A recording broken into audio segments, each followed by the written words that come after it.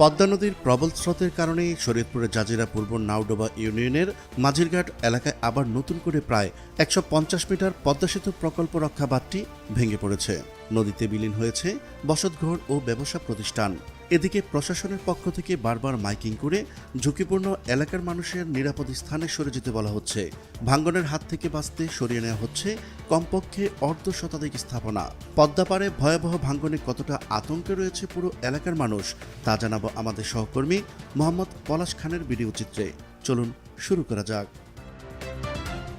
সোমবার ৭ জুলাই থেকে ভাঙ্গন শুরু হয়ে আজ দুপুরের পর ভাঙ্গন ভয়াবহ আকার ধারণ করে। পানি উন্নয়ন বোর্ডের তথ্যমতে বাংলাদেশ সেতু কর্তৃপক্ষের তত্ত্বাবধানে পদ্মা সেতু প্রকল্পের আওতায় সেতুর পূর্ব পাশে সেতুর ভাটির দিকে প্রায় ২ কিলোমিটার এলাকা জুড়ে ১১০ কোটি টাকা ব্যয়ে রক্ষাবাঁধ নির্মাণ করা হয়েছিল। পরবর্তীতে এর সঙ্গে যুক্ত করা হয় নদী শাসনের বাঁধও। তবে গত বছরের নভেম্বর মাসে প্রথম ধস দেখা দেয় নাওডোবার 0 পয়েন্ট এলাকায়।